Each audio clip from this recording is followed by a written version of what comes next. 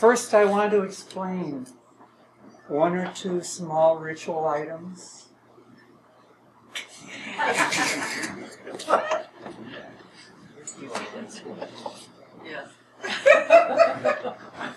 About the sheepskin, for example. I know you've seen it all before. My butt is so bony now that to sit on almost any normal chair is impossible. Not only that, but this comes from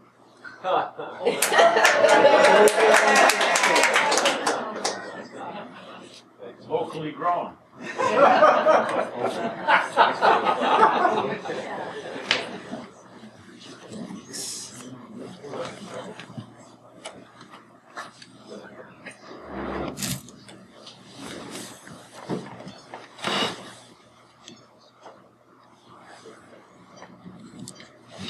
Okay, is everyone hearing what they should be hearing? That's good? Great. I'm really happy about that. So, an hour and a half or so ago, I was in kind of a panic state because I was reviewing my notes for the talk. And they were that creative style of notes, here, there, and everywhere. And there were quite a number of pages of them. And I thought, oh my God, how am I going to do this? So I reflected on the matter, and then I remembered how you do this.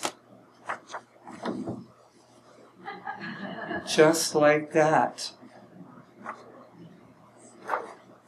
Intro. Narration to breakthrough. Discussion. Projects in progress. Projects seeking support. Appreciation. And a great announcement. Very soon, very near foreseeable future, all the stuff that I'm going to be releasing and putting out will be available on my blog site, which can be found at lbshriver.wordpress.com. So here's what this blog site is going to look like. Every now and then, I'll put out a page, a discussion, for your consideration. There will be two kind of channels.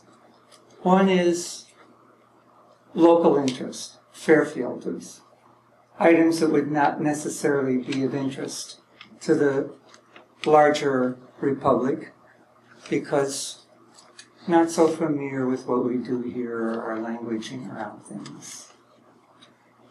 But very easy to discuss online, if you like. The other side would be normal kind of professional writer stuff, opinions about this, analysis about that, and free to be distributed in the normal way that those things are. A few archives of pictures from India and China, some videos, and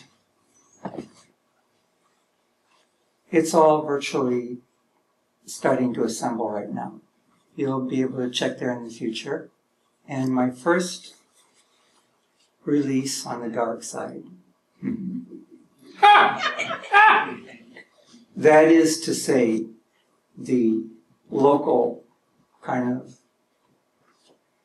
not so projected into the world kind of Fairfield. And the first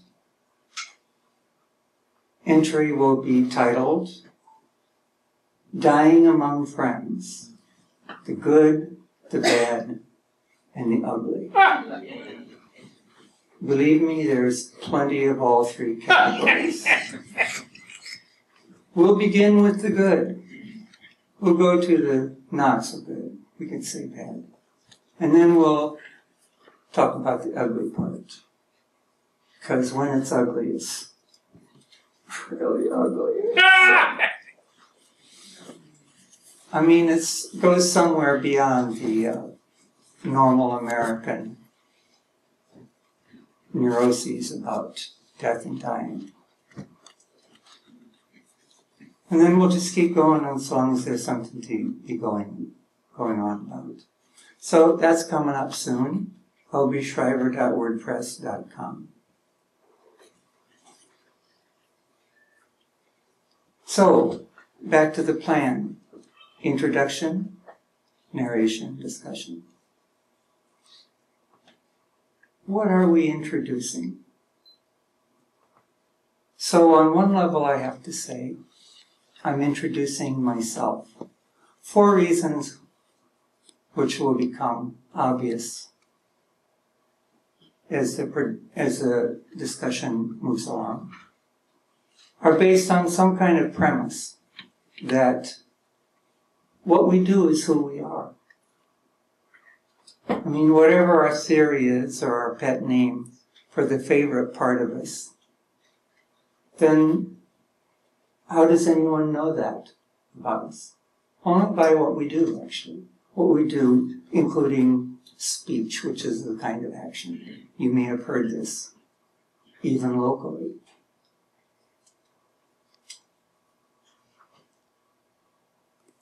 So,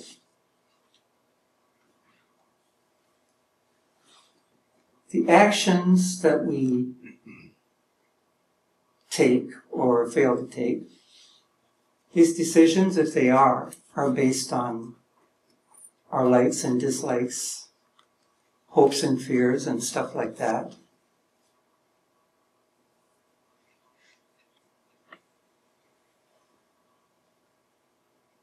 It's the normal pressures of the vicissitudes of human life. So we do one thing or another. We put up with one kind of problem or another, or seek one kind of happiness or another.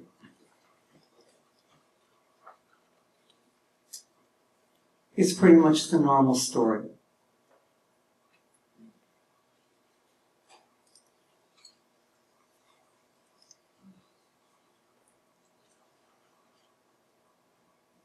I had some little breakthrough in my understanding of my personal narrative by putting in the context of the larger narrative. The narration is a story. It's not it could be a document, but essentially is a story. And a story has some quality in that it's not just a collection of facts. There's some kind of theme in this story, and different people will interpret it differently. So this is a story, this narration. And it's the story of how I came to be here, and you came to be here, and quite a lot of other people who, no apparent reason, could have been someplace else, came to be here at various times. And the different streams of human endeavor and other forms of bullshit that entered into it over decades and decades. So my story is, I'm local. I was born in the Jefferson County Hospital, the old one, just a few blocks from here. My family lived in Keosauqua. My father was a school superintendent, also a girls' basketball coach. Keo had a game at Bonaparte. My father coached. My mother went into labor on the bleachers. I was born at 5:30 the next morning, Jefferson County Hospital. Nothing too difficult in the business, as I recall.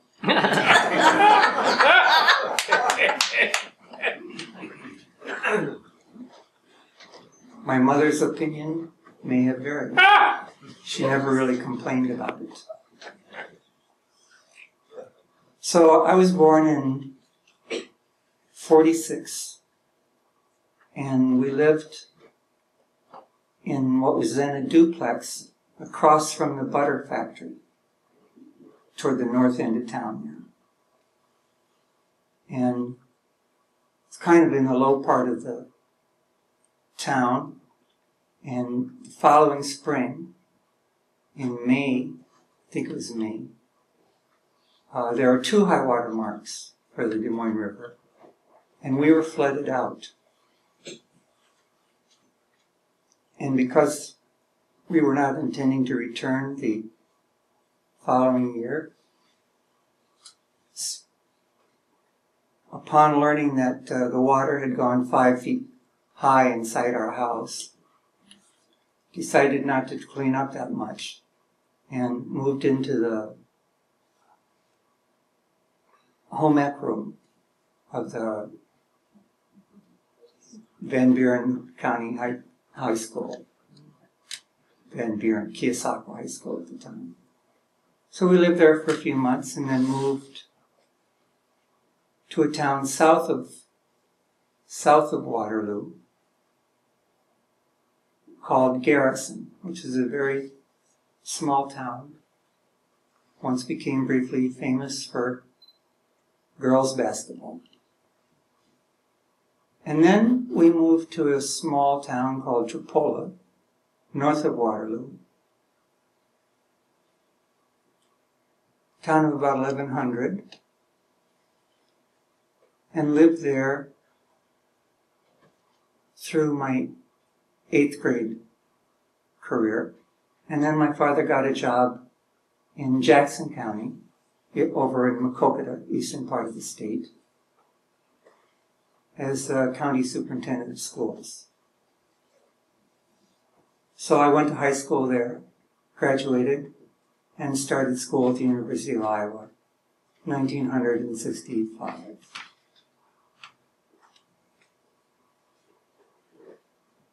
Almost all my life has been within 130 miles or so of this place. Seriously. There have been a few interesting exceptions, but I'm definitely homegrown. So, to abridge and shorten and get to the real meat of the story, I went to the University of Iowa in 1965. These were sort of right in the middle of those formative years between Kennedy's assassination and total loss of control in the Vietnam War in '68. It was a very interesting time up there. And at one point, I became more interested in that story and certain other aspects of it than I did college or other things, so I dropped out. I had been a journalism major in college, and I still liked that idea.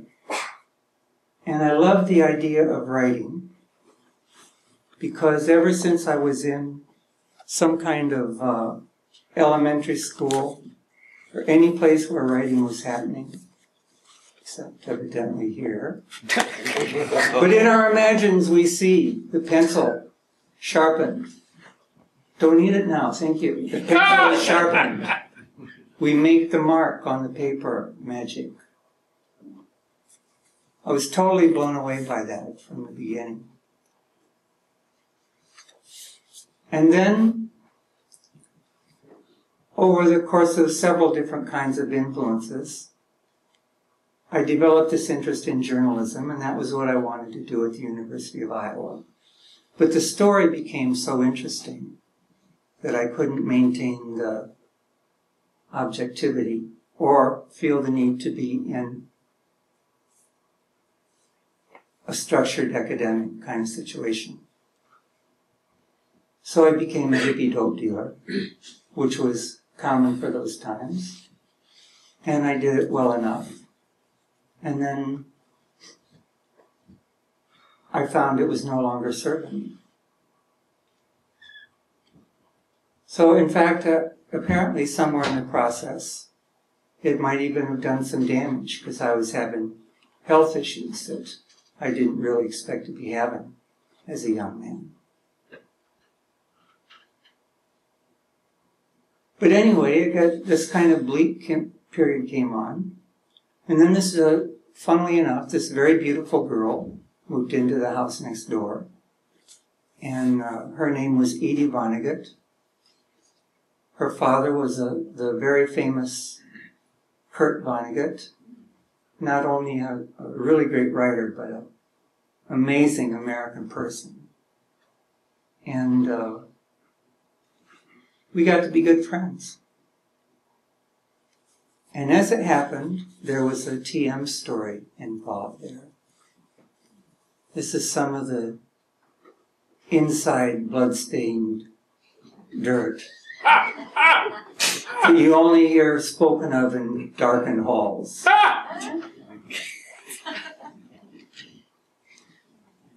Kurt Vonnegut and his entire family, at some point when they were living at their East Coast home in Barnstable, became deeply attracted to TM. And they all got initiated.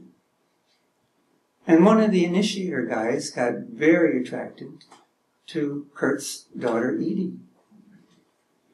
His name was Joe Clark, and I assure you, from his lips to mine. So, Joe gets involved with Edie. And Joe is a real strong TM guy. Edie is just a so-so TM girl. There are fights about it. Sometimes she gets out of the car while they're on a date and stomps home in anger because he thinks she needs to be checked more regularly.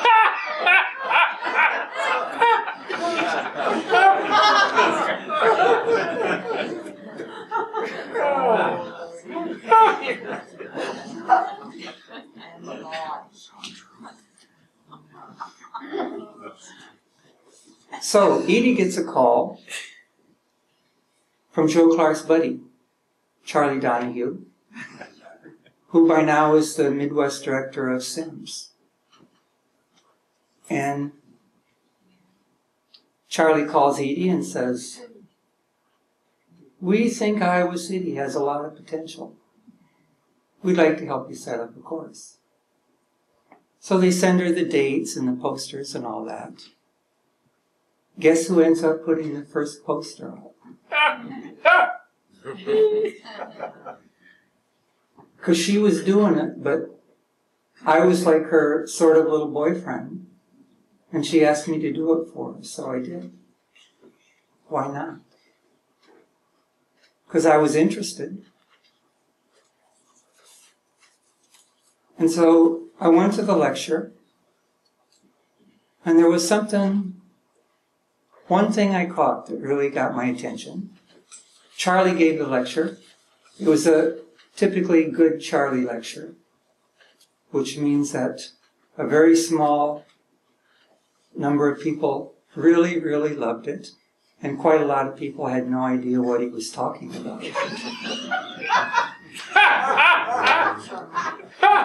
But Charlie said this one thing that struck me so deeply. He said, the long history of time, we've heard that enlightenment is some extremely paranormal or remote achievement that only a few ever attain, and so just do your best. And sign on the dotted line, whatever. And he said, no, that's not how it is. It's a normal state, and it's easily achievable because it is normal. And this and of course he went into what the method was about and all those things. I really liked that idea. It seemed quite reasonable to me. And I signed up for the course of instruction. The first night I felt thrown off pace because I got to the sign-up sheet a little bit slow, and I only made the number 2 slot. And then all night I thought, oh, number 2, how can this be?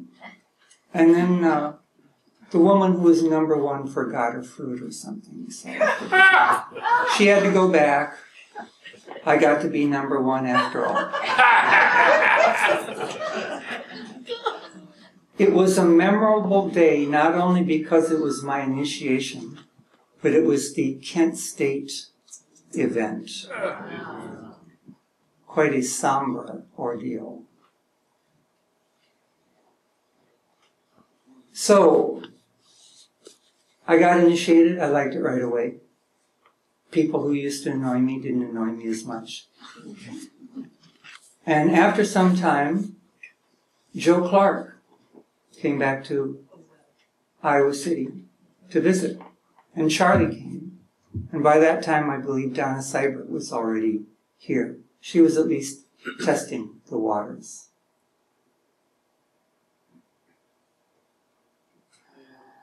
And so it happened that there was a canoe race between me and Joe Clark, and in the other canoe, Charlie Donahue and Donna Seibert. Can you guess who won? So in that race, Joe confided to me that he had, in his words, blown it with Edie by being such a fanatic. And in fact, there was a precipitating incident. And that happened when Kurt's son, Mark, who coincidentally was named after Mark Twain, another great writer with whom Kurt Vonnegut is often compared. So Mark begins TM. All the children do. They're all meditating. And Mark has a nervous breakdown. It's some kind of manic thing. And Joe shows up at the house to remind Kurt that if Mark had been a little more regular in his meditation checking, this terrible tragedy probably would not have happened. Whereupon Kurt promptly threw Mark out of the house and disowned all things having to do with TM. And this is why we haven't heard of him often as one of the great influences in the movement pantheon. But here's the truth of it. And when I tell you this, I'm dead serious. If it were not for Kurt Vonnegut, none of us would be having this experience here tonight. If we were having some kind of experience like this, it would be somewhere else. And it would be somewhat the same in spirit, but it wouldn't be this. Because Kurt made the decision to have his whole family initiated. And Joe fell in love with Kurt's daughter. And they had this huge falling out. And then Edie came to Iowa because her father had taught here at the Writers' Workshop. She had some connections. She liked the art school. She became a student here. Moved in next door to a long-haired hippie from Iowa.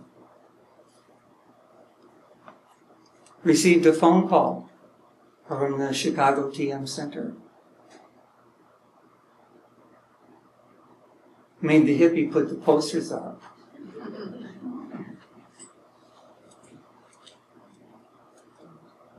Now, here are some points I'm making that are kind of personal.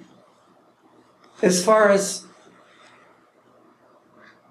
the fact that my history includes all having been born here and schooled here and moved and traveled all around here within this very small area, why would I not ever think of myself as a product of the local laws of nature?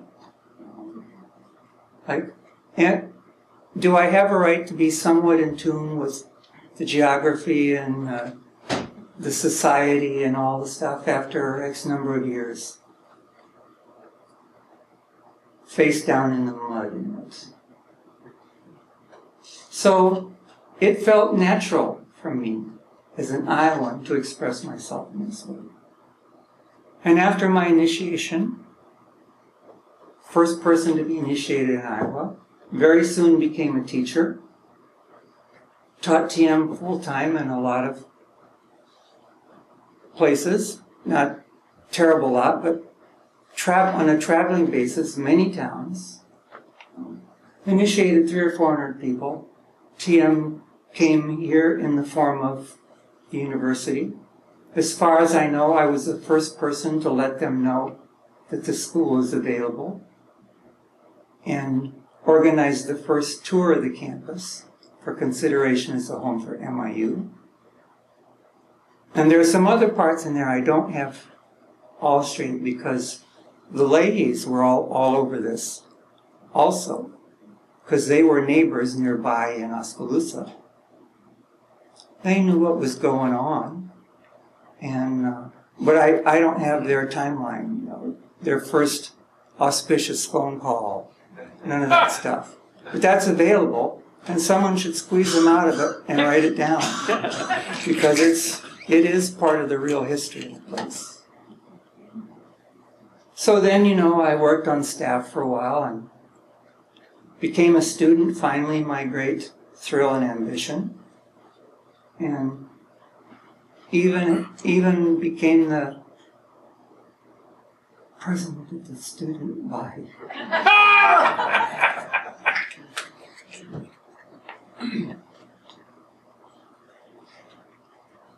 So all of this felt real natural to me, and the whole idea that I had a connection, maybe even a deep connection to the place. It just seemed obvious to me and simple as apple pie. Now, my training and my discipline, though, is in the field of journalism and writing.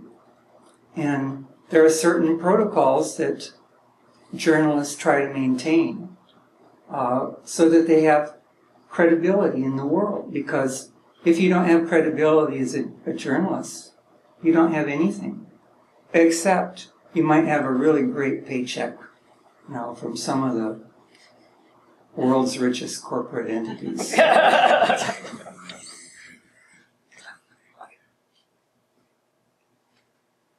So, right from the beginning, certain kinds of things came up about the movement that I found disturbing for one reason or another. I didn't always know why, but I found from time to time certain things made me uncomfortable. And as with all things, there are a certain few that were just, eventually they turn out to be quite critical. The first was just a very small observation that I made when Charlie and Joe were giving their tag team presentation up in Iowa City in the Shamble Auditorium. Someone in the audience asked what was the relationship between transcendental meditation and yoga. And there are some fairly good, legitimate answers to that question that I can think of. And Charlie and Joe, I think they panicked a little, and they chose one of the poorer explanations I could have imagined, which was to say, no yoga, no yoga. So, but that was just a faint thing, a faint impression. The first time I feel that I began to really understand the issue came not so much long after that.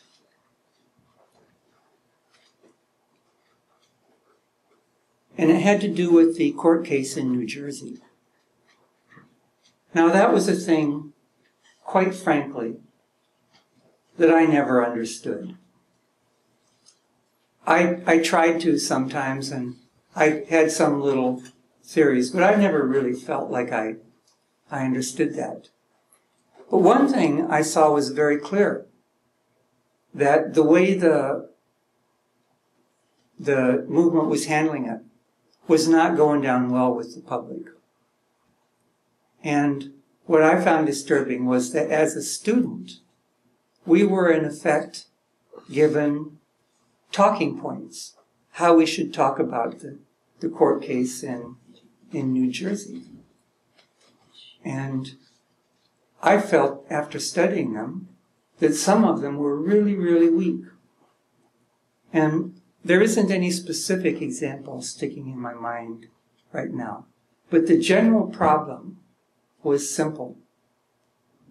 That understanding the TM viewpoint on this required understanding that the organization has special kinds of languaging around certain topics. And that if you're not familiar with that languaging, you don't really understand what's being said. And also, the organization, in my opinion,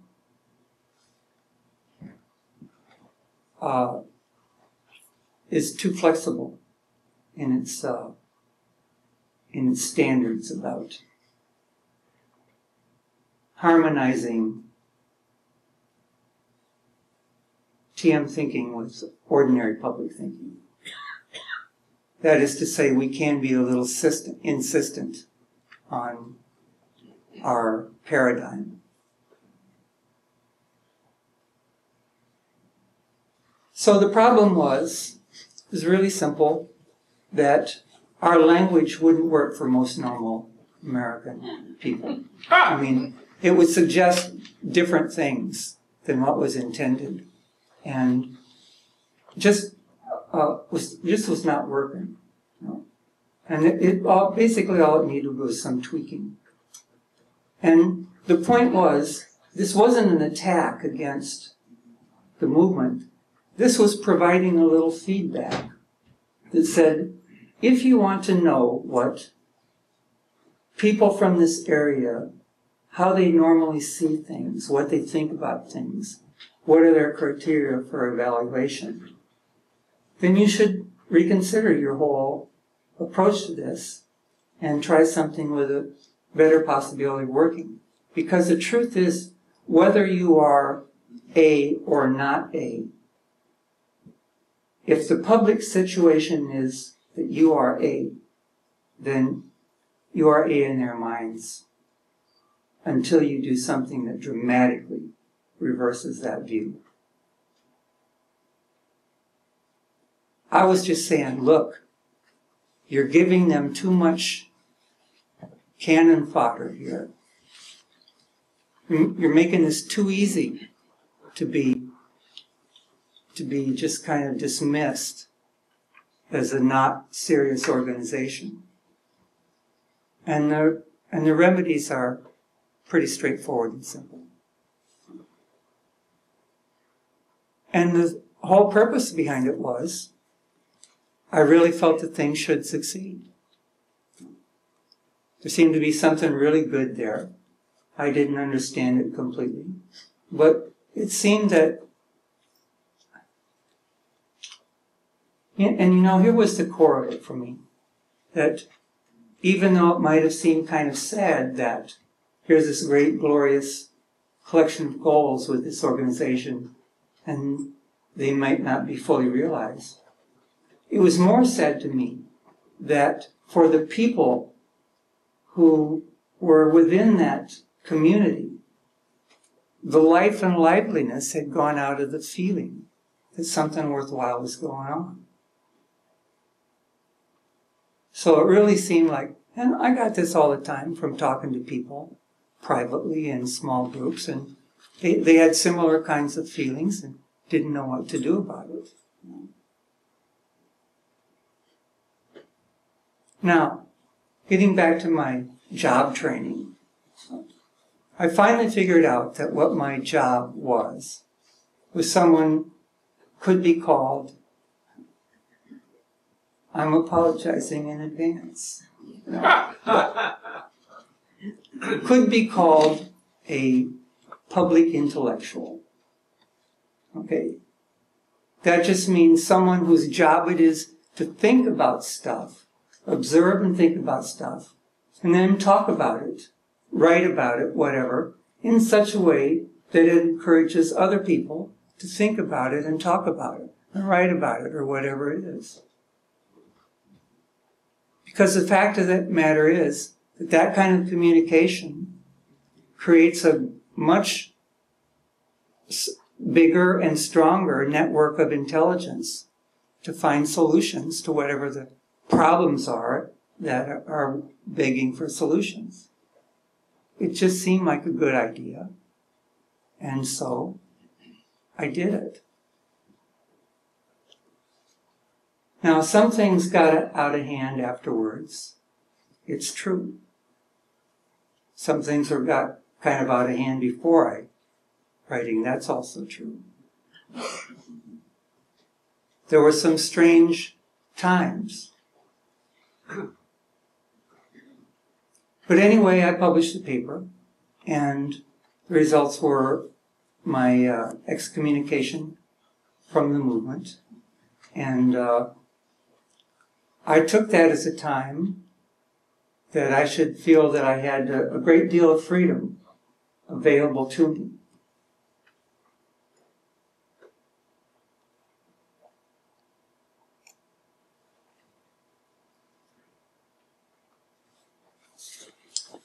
I want to emphasize that I rarely had any kind of significant long-term feeling that I wanted to be in a situation antagonistic with the movement. My ideas were pretty naive about it when I began, and I just started, and then it evolved as it did. And after about 9 or 10 issues, I forget however long I kept it going, I felt the wind had gone out of it a little bit, and to continue writing would just be end up being about harping. I didn't want to harp. I said the things that I thought were essential. I moved on. But I set myself up in a certain situation, which was, based on my view of things, I made a certain kind of prediction about the future fortunes of the movement. And there were some negative parts to that. There were some things I thought didn't look promising for trends. And then, having put myself in that position, it created almost automatic adversary kind of relationship. And then my ego was also involved, because, hey, I said that this was going to happen. If it happens, it means I'm right. Right? But then if it doesn't happen, maybe I'm wrong. I don't want to be wrong. Ooh. So things would go like this.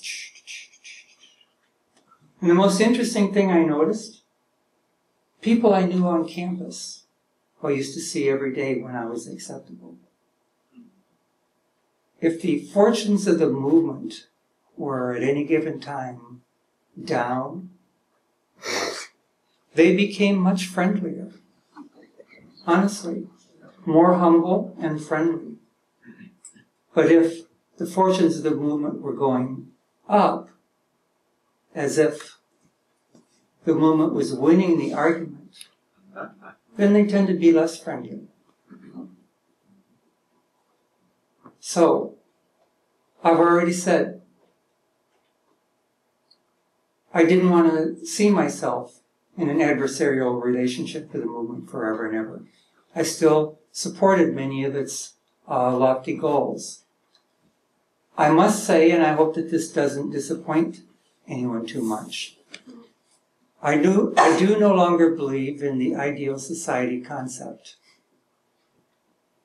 Even though I see it as a beautiful thing and it once was a tremendous motivator to me, I no longer see it as really viable. And there's two reasons. The first is that the very ideal concept indicates one of two things. One of them is the very best that could possibly be achieved, and the other is only in that perfect realm. In the perfect realm, the ideal. Yes. Here on earth we do as close as we can. I just found that not workable for me.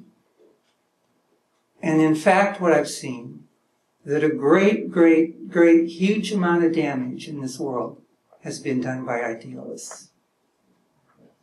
So, I'm for a good enough society. And the best way I think that you can have that is through sunshine, open society, open culture, valuation of the commons. Those are the things that I think are great. But the ideal society concept holds no interest to me at all. I just can't see myself going there. But now I want to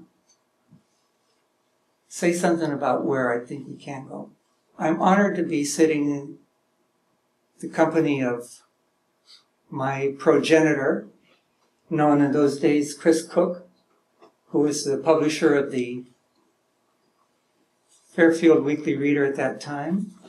And the very first article that I wrote under the concept of public intellectual, my own internal concept, just my responsibility, try to this up, was a sort of response to an economic theory that had just been bubbling to the surface. And this would have been around 1990-ish or 91-ish. And according to this theory, there was going to be a profound and irreversible crash of some time in 1995.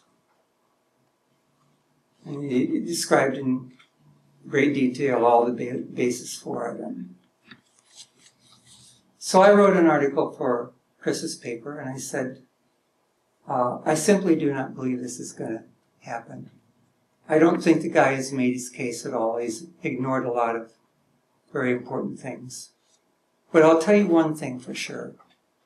If something like this does happen, you're living in the best possible place you could be living. Because for sheer survivability, let alone quality of life, in any kind of significant social or environmental disaster, Fairfield has the most wonderful mix of resources that you could hope to find anywhere. Just astonishing. So that was my first article. And then I went on to, in the direction of the more movement-oriented writing, and founded my own paper, which was called Survival in Paradise. I think I put out 9 or 10 issues.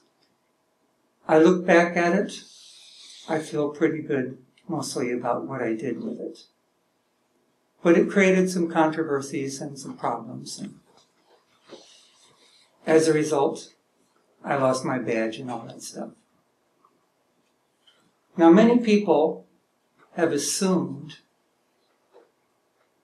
a lot of things about what the loss of the badge meant to me or did to me, or what kind of feelings I was holding.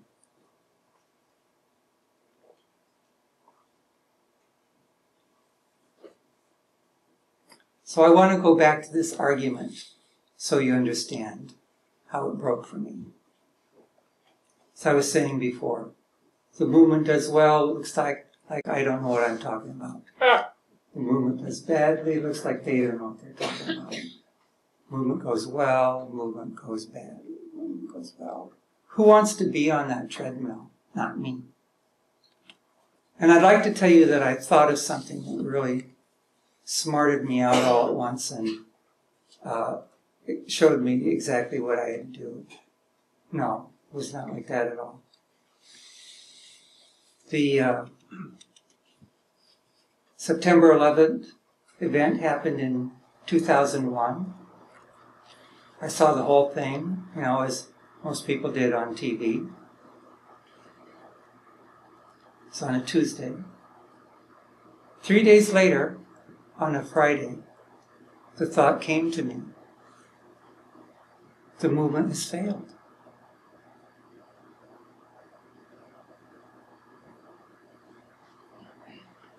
Now, if I'm going to make an assertion like that, I should have some criteria. And my criterion was that if you say that the product that you're putting out is basically peace, prosperity, happiness, the diminution of all tragedies that bring unhappiness to the family man, etc., etc., and none of those things are happening, then you failed.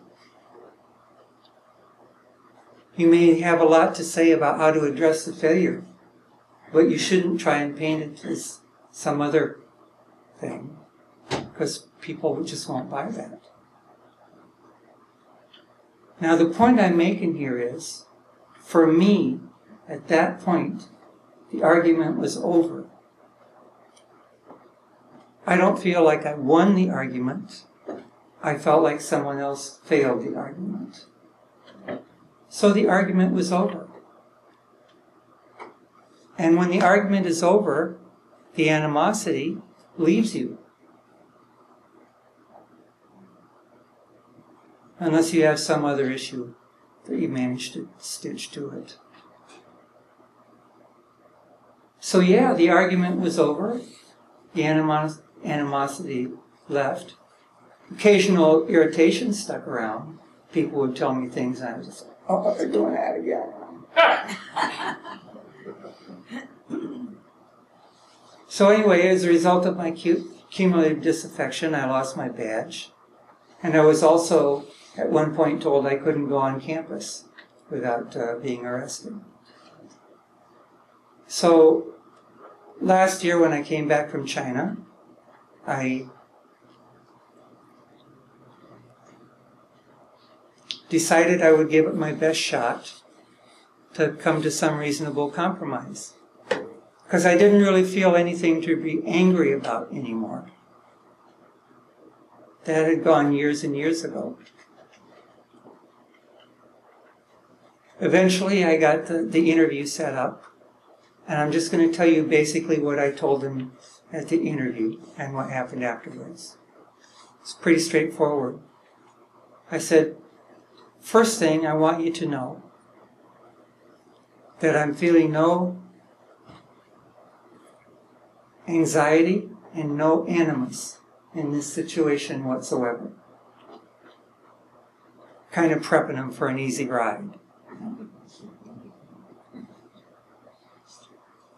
I told him I didn't really consider myself a TM person anymore, except in the sense that I had this long TM history and this actually really wonderful affiliation with all the TM people in the community, but certainly not as a professional.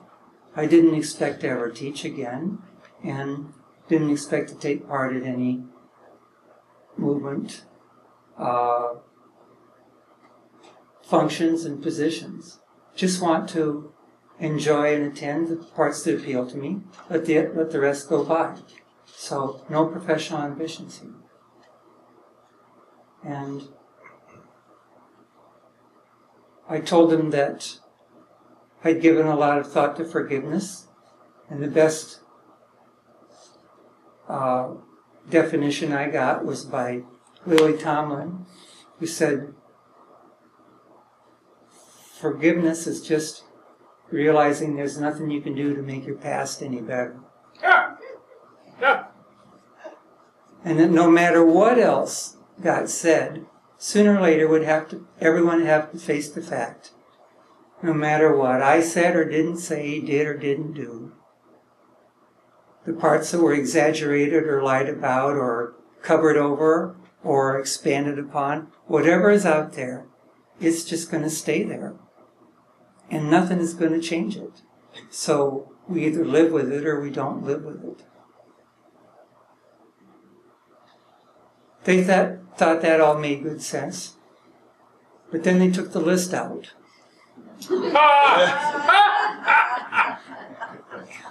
From there, it was pretty much downhill. And you know, the most common advice I got over the years, and many times people asked me to consider going to these things, the most common advice I got was, just lie to them. You know what they want to hear, just tell them what they want to hear. And there was one period when I actually considered doing that, but it didn't last. And it was long gone when I went down there. So I went down there with the attitude to be truthful about everything that they asked me. And they asked me about almost everything. And then I told them, or tried to tell them, the upside for them making this deal with me. Because I told them, you know, the badge is not even the thing I'm most interested in here. Dome was good when I was here before. Maybe I'll like it, maybe I won't. There are lots of things that go on campus now I don't even get to attend because of this restraining order that says I should be charged with trespassing and any other charges deemed necessary. I said, if you're not going to give me the whole deal, it's a total waste of time. And I said, that being the case, you must realize that you're just prolonging the event. Because people would be requiring me to have a story about it. Well, Shriver, what did they say when you went in? What did you tell them? What were they thinking about when they brought you in the second time? I'll have to have a story for all those questions, and it'll be my story, it won't be theirs. Just let it go. And every person I talked to said, you're making a lot of sense, I'm really with you. But you know, I don't get to make this decision. I'm going to just drop details and get to the end point where we weren't able to make it happen. And I pretty much said, let it go. Now, the reason I'm telling this part of the story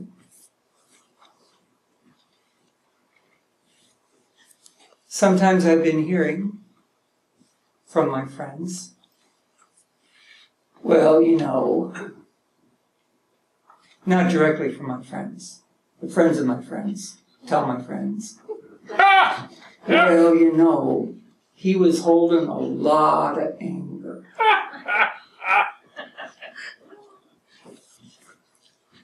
Now, the truth is, I was holding a lot of anger. It had almost nothing to do with the university, any part of the TM organization, anything going on. In fact, shortly after I left China, something, really awful happened.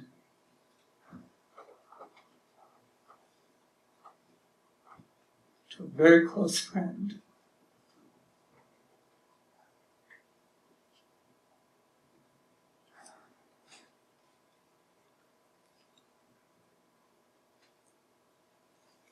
Nothing I could do about it at all.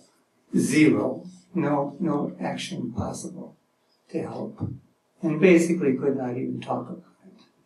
So that was pretty lot of anger.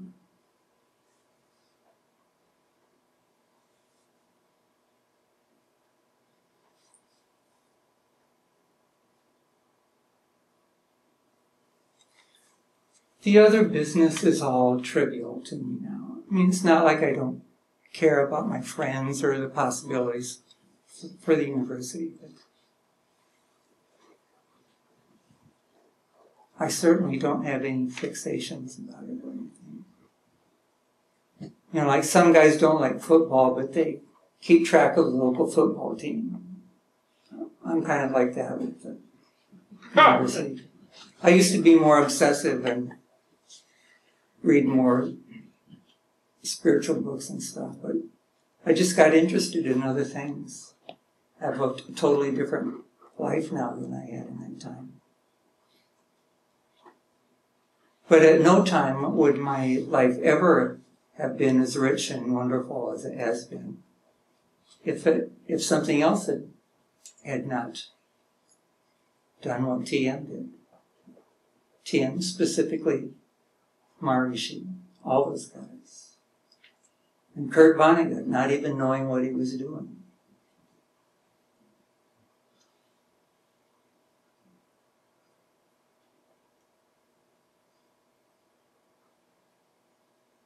So there's not really, for me, much hard feeling stuff going on. I'm not very happy about my health, but for the movement and everyone else, wish them well. They have structural problems, they have systemic problems, they have problems they may not be able to overcome. But this community will not be torn apart by that. I'm very sure about that. And you will start to see resources come out of people like you have never seen. And I still 100% believe that the best days are here to come for this town. I also want you to know that I've recently had some really wonderful breakthroughs internally, trying to solve various problems, and been really happy with the success I've had, and generally really happy with my life. Have some projects which I'm working on, and some which I hope to initiate soon. And the first of which is already just starting to manifest, lbshriver.wordpress.com. I have no idea what time it is, or if there's any time for any discussion, or 8:40. You're 1 hour in. Wow. So, let's talk.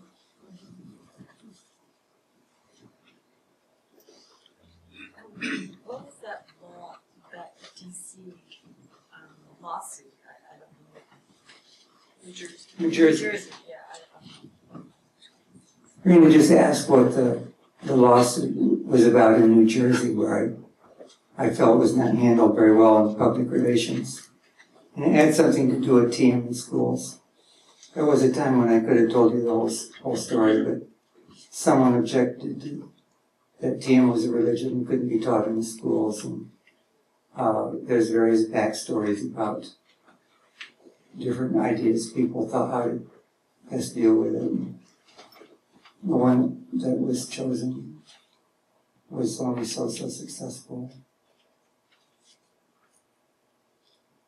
And I just felt that they could have taken a different approach and been much better off.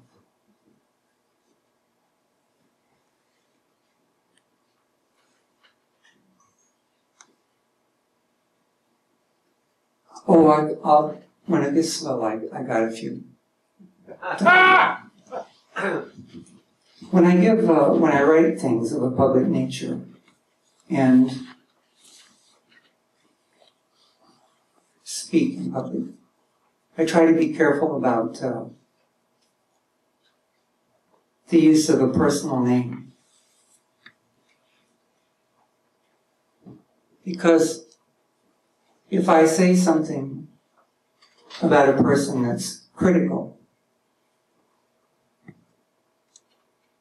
if I say it in a general sort of way, it could be anyone, people just think, oh, could be a valuable lesson there. If I attach that problem to a specific person, then it's a kind of direct criticism. And one tendency I've noted, particularly in the internet, really unfortunate. Any mistake you make is immediately struggling to become some kind of YouTube meme.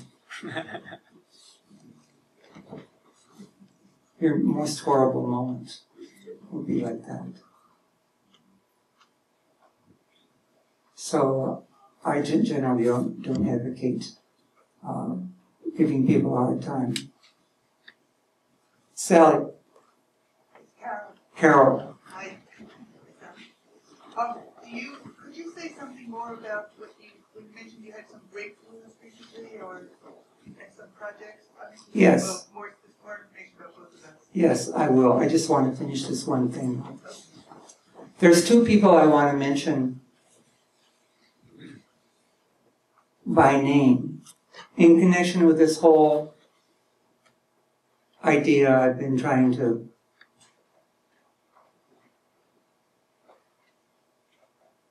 develop here, that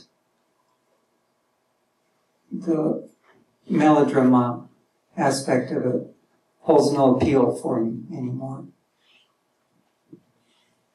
There are two people who a lot of individuals would expect I would have particular liver problems with. The first and most obvious would be Bevan Morris. Now I want to say in point of fact that at various times Bevan has been a tremendous inspiration to me. And there have also been times when I disagreed with him on small things and big ones. And there had been times when some hard feelings would be expressed in both directions. But many of my friends also like him and have found him to be a person of great kindness. And he has enormous gifts without which the movement would have been at a loss to keep that material moving. So I don't have any desire to harbor any animosity toward him. And one other name which I heard in more recent times, people had that expectation, was Jeff Cohen. And I personally had, over the course of a couple of years, had several conversations with Jeff that I found to be quite difficult. But you know, I went in for the big interview with him and talked to him once or twice afterwards. And one thing I will have to say is, when you connect with that guy at the deep level, what you're getting is that warrior spirit that wants to protect the knowledge. But more profoundly and more importantly, in his case, he was doing a job he never should have been asked to do, as should no other person have been asked to do that particular job.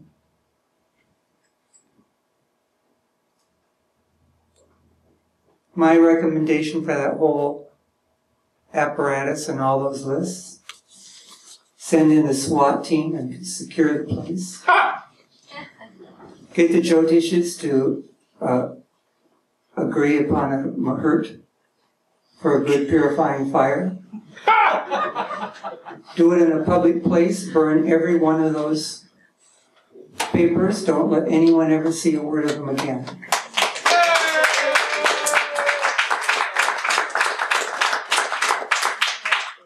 I'll probably have that finished by Saturday or Sunday.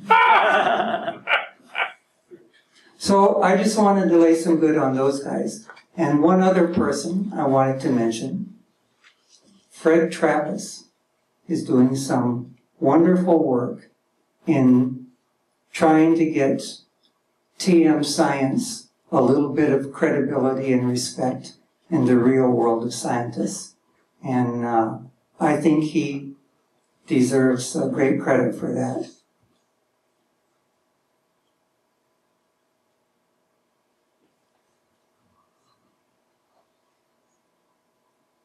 Is there anything? Yes. Hi, Kartika. Hi. So I remember, I think the first time that maybe you and I talked was around 1970. I think it was a little bit prior to that. A little bit prior, okay. And what is so kind of wonderful for me now is to hear you talking and telling your story, your narrative. It is so interesting to me, and the way that you express yourself is really wonderful. So thank you so much for that, and I honor you so much, and I honor Thank you. all of your gifts, and I'm so happy that you've been a part of my story. Well,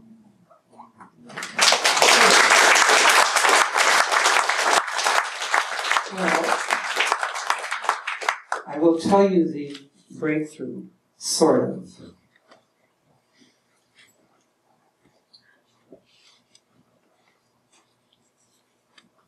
All of my life there have been these two streams running and both having my attention.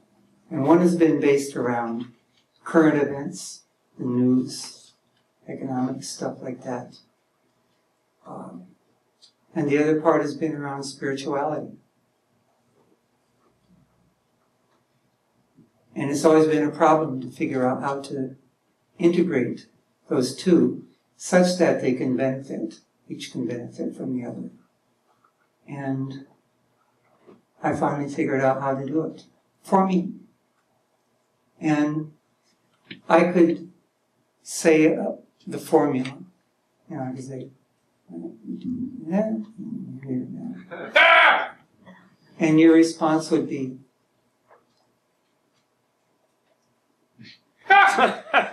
anything else? So it's not a problem though, because this, I'll just demonstrate it. I will demonstrate how the thing is done. Not tonight. Not the formal demonstration tonight. That will probably first appear on the website. Or maybe some other situation. But I'm just going to demonstrate it in my work. And it will be easy, beautiful, wonderful to do it.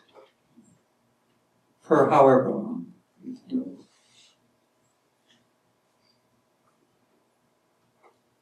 So the breakthrough was huge for me. Really, really important. Oh, and that brings one important request I have. There may be two, but I only remember this one. And it's the important one. It's really wonderful to be able to speak normally, kind of. Not feel all twisted up about what I should be thinking and what I should be saying, and how people are going to respond and all that. But just to say it. It is really quite wonderful. But I don't want it to alter my relationship with my friends too much. And that means don't ever let me become the guy who believes his own bullshit. It's just because I said it, it's got to be right. Because sometimes, you'll be talking with someone and the thing will come and you'll just feel like such a genius, there's the answer to your problem. Then later, maybe not. So I don't want to be that guy.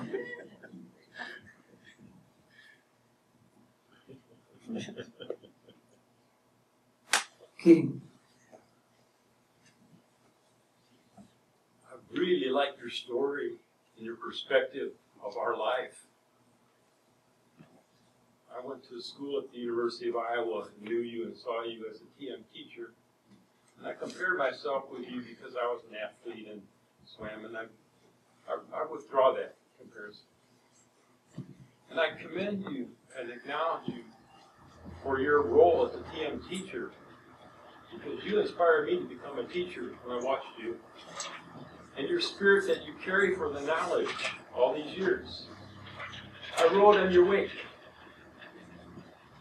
And there was a place I had to grow up. Because I grew up in the 60s and I had this spirit. Yes, we can bring and change the world and make an improvement. And the best place I could put my attention was in Marishi's knowledge. So I rode the wake on there too. But at some point, I had to grow up and stand in my own integrity as a man.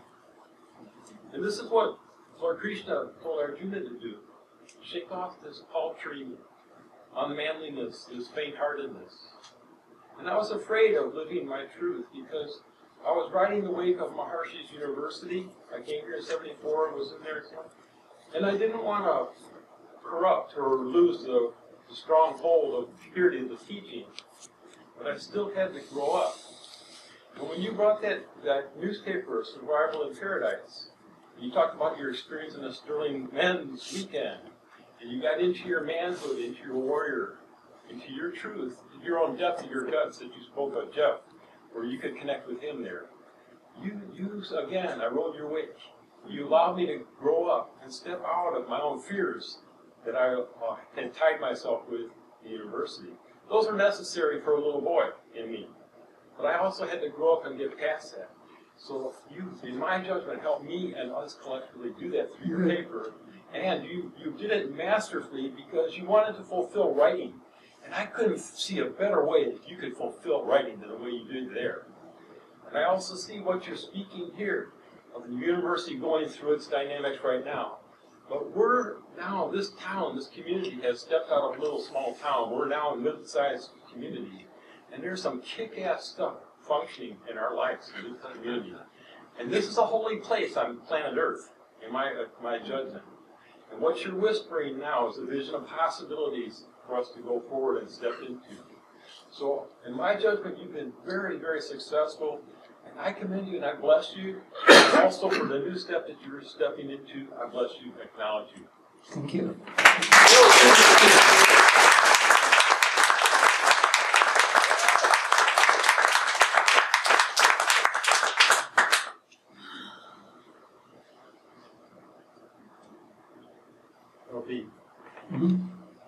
I just wanted to thank you for the gift of healing that you've given us here tonight, and that you gave the men the great gift a few weeks ago. And what you said about that you're convinced that this community will live no matter what the university does or what the TM movement does. I have that faith too, and it was reinforced when I was having a conversation 6 or 8 weeks ago with this this young woman who's involved in the sustainable living program. And I said, you know, you should have been here in 74 and 75. It was so beautiful. And, yeah, they had rules, but we were like, we were just, everybody was so happy and blissful. And she said, hey, look, we're having fun now. It's like they got rules now, but we ignore them like you guys did back then. And she said, we're having a great time. We see what a gift this town is. We see what a gift the university, that our TM experiences are. And when they try to put bullshit on us, we just ignore it. So anyway, thank you for the gift that you've given us tonight.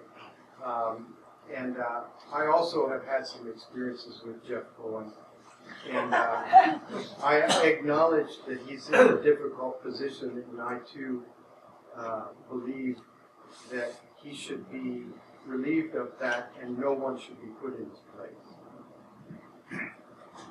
I think he's already been replaced. But I don't know for sure.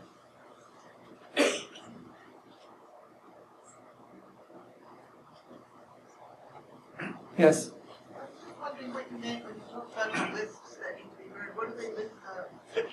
What are those?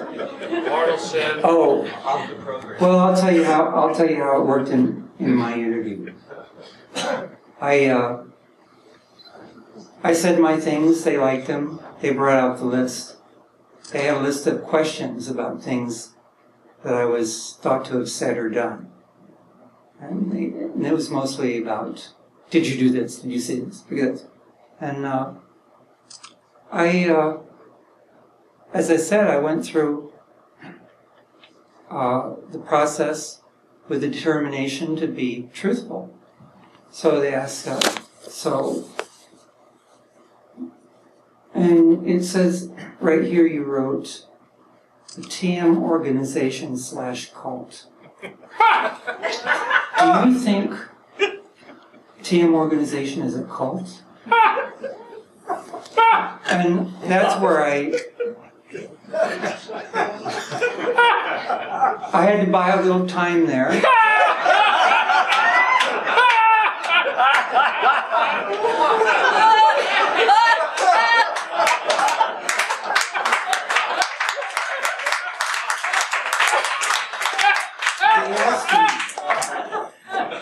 They asked me, well, why would you think it's a cult? So I got back to this public perception thing. This is not about me making a slur against the organization. This is trying to tell them that public perception is important. So I said, look, cults are a phenomena that have been studied for years. Every university with a sociology department has courses on cults, and clinical schools have courses on deprogramming and all that stuff. So, of course, there's a lot of information about cults, and usually they boil down to some kind of checklist. There might be 4 or 9 or 21 points where you say, these are typical of cults, and if you have enough of these, probably you're in a cult. So they said, okay, well, what are the cult characteristics here? I said, charismatic leader. And there wasn't much they could give me on that one. And then I said, sacred books. And they had to give me that one. And then I said, secret places. And he said, well, like what? What kind of place is secret? I said, pointed out the dome and funnest places. And he said something like, well, even Oprah was in to see in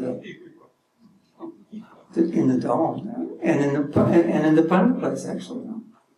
So we were gonna get to the point where they would have had to ask one more, and they stopped. And my next answer was, well, how about interviews like this one? Where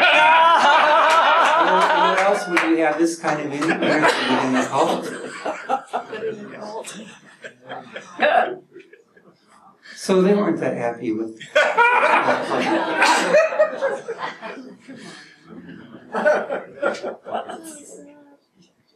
Now, I want to mention and make clear that you understand here that and you know this, you all know this because you lived here, but there are a lot of great people working for the university still, and some of them are great people who really don't have any other good places to go, and some of them are great people who are just really dedicated to the movement, and they would do anything to keep it moving, keep it successful.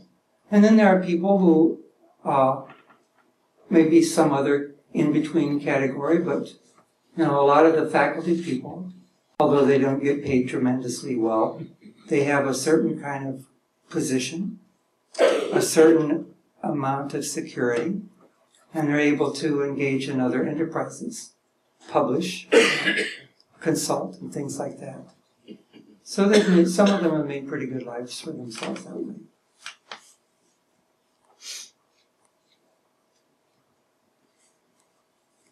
But once again, it's not like I really know that much about the place anymore. I'm not that close to it. And I get my information mostly by gossip.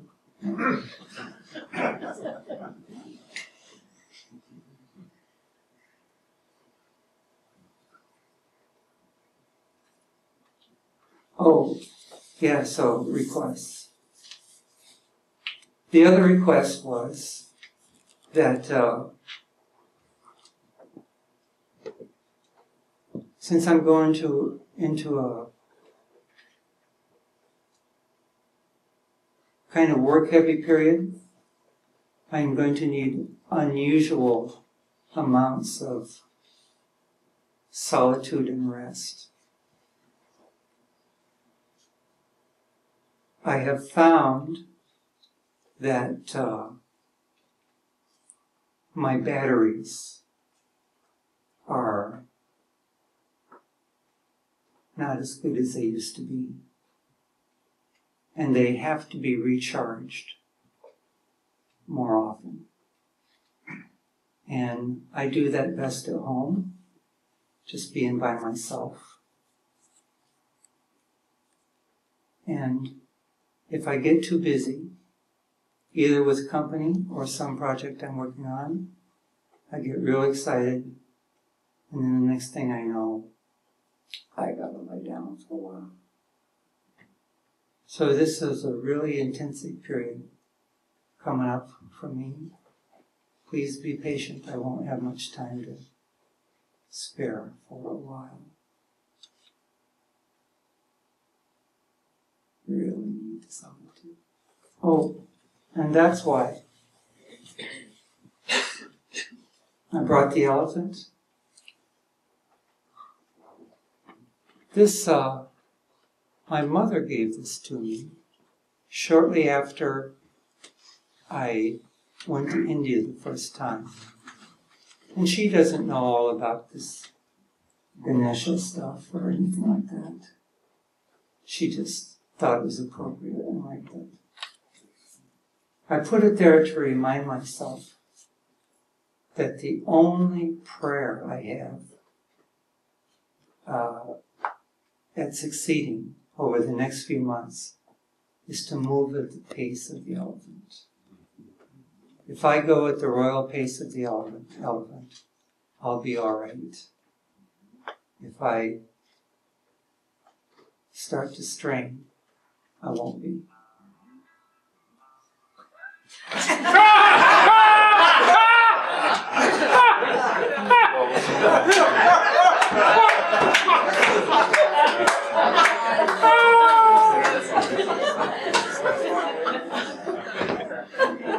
Oh well. All right. Lee's got one. Lee's got one. LB. Hi. This is Roger. Yeah. I just want to thank you for your honesty and your integrity and your inspiration. And I also want to thank you for, I don't know if, back in 1971, when the first TM course was in Pella, Central College, I went to the first course, and you were one of the 4 people that gave the intro lecture. I remember. Remember the old intro lectures before? Vividly. Yeah, and that inspired me, and my brother and my wife, Nancy, and brother Jim, we all started TM on that course, and that's how our family got involved in TM. And then later that year, my parents, Jerry and Marge, and my sister, Jane, Mia, they all started TM, and that's kind of was really pivotal in our lives and everything, and getting us here. Roger? Yeah. I'd like to make a little deal with you. Okay. I'd like to sit down with you and your family,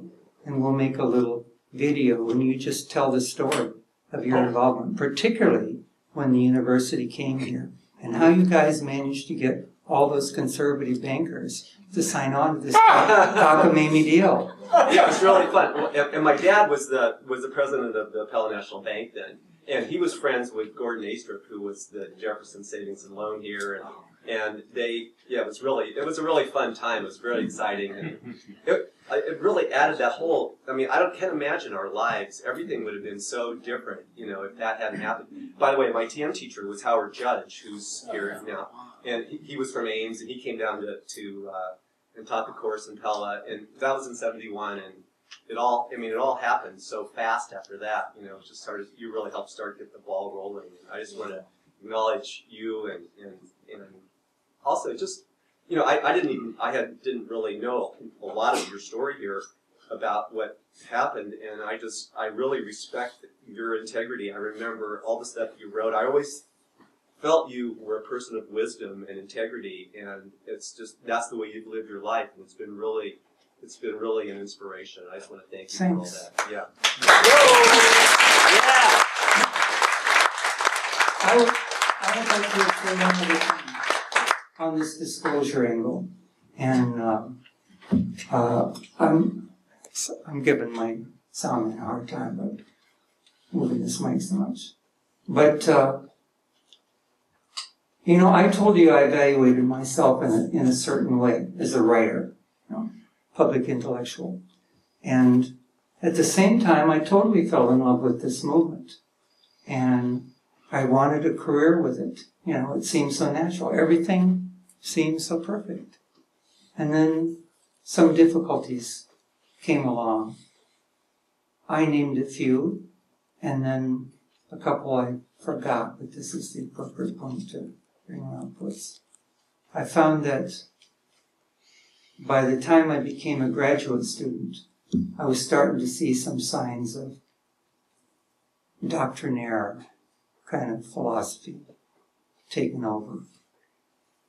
And I increasingly had difficulties with fitting into the whole scheme of things. Now, I did the MA in professional writing, graduating in 88, and I applied to take the MA in SCI as a part-time student the following year. And my application was rejected. And I went through quite a number of intense, serious meetings to try and reverse that. And at the time, I really felt hurt by that. But you know what? I have thought about this a lot. And fairly recently I've realized that they were right not to accept me to the program. They did the right thing. Not only for the university, but for me. And I'll be very happy to explain why. I'm a writer, public intellectual. My training is to question things. Get at least two sides of the story, at a minimum. Look for facts that disconfirm theories. Shed reason to be trusting or not trusting of a person. So that was the way I was with the movement. I just figured, get the facts, the solutions will emerge. But the movement at the core is not that kind of organization. It's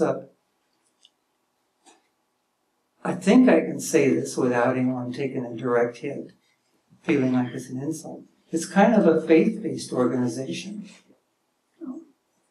We move this way because the Master has asked us to move this way.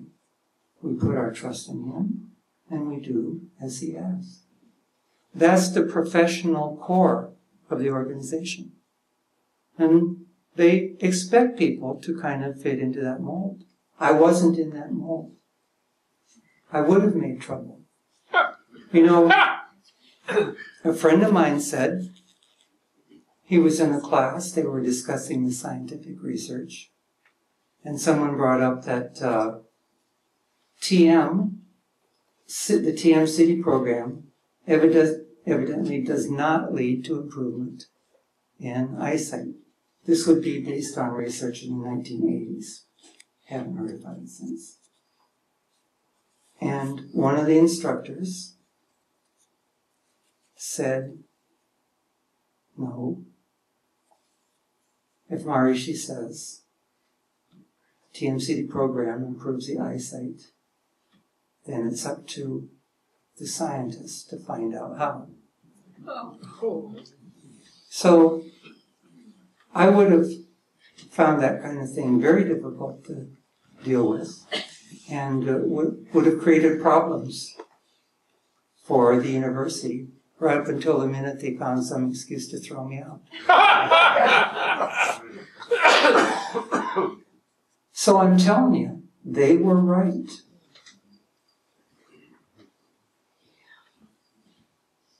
It took me a little longer to figure it all out. So that's just another reason why I'm not holding a lot of animus about it. Not only for myself, but for hundreds and hundreds of thousands of people. They became disappointed with the organization based on their idea of it. I thought it was like this. It's not. It's something else. Now, I also want to make it clear that there were some changes introduced along the way, and those changes were legitimate points for people to reconsider what they were doing.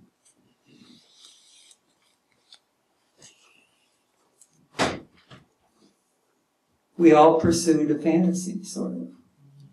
And that's not to say that there isn't an underlying reality. That's not to say that the organization or what the structure or the community can't be better than ever. I believe it absolutely has to be. I don't see how it could escape it now.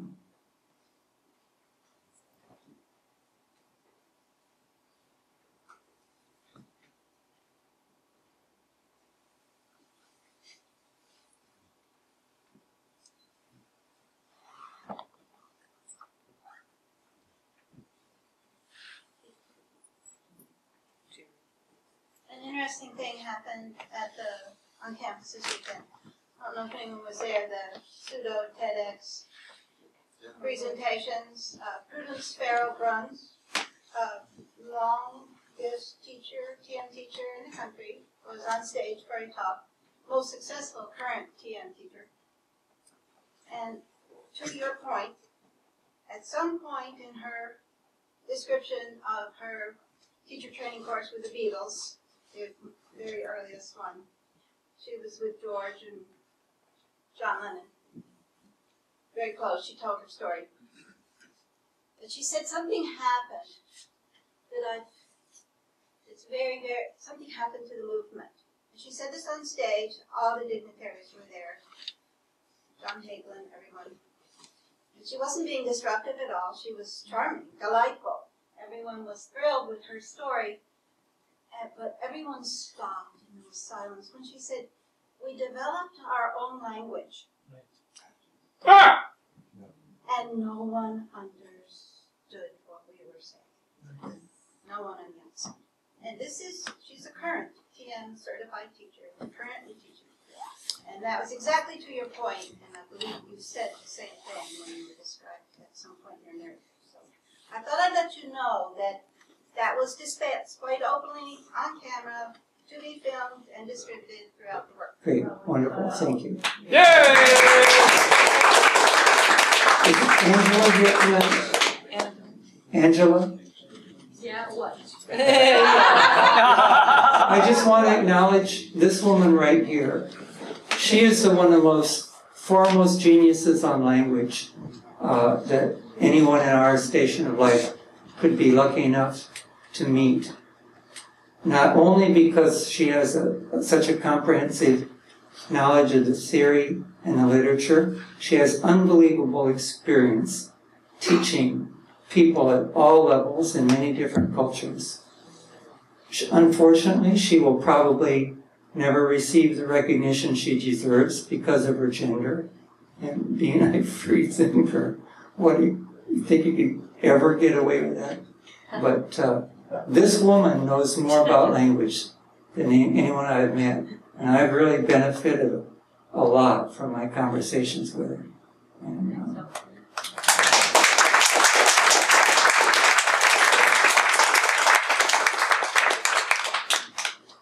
and yeah, they did create a language.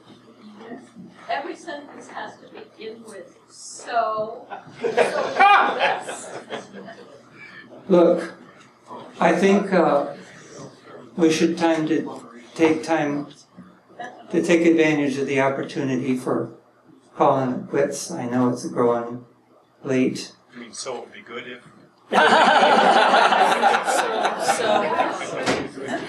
I'm really glad that you came. Watch for the blog post. You'll see everything will come out there.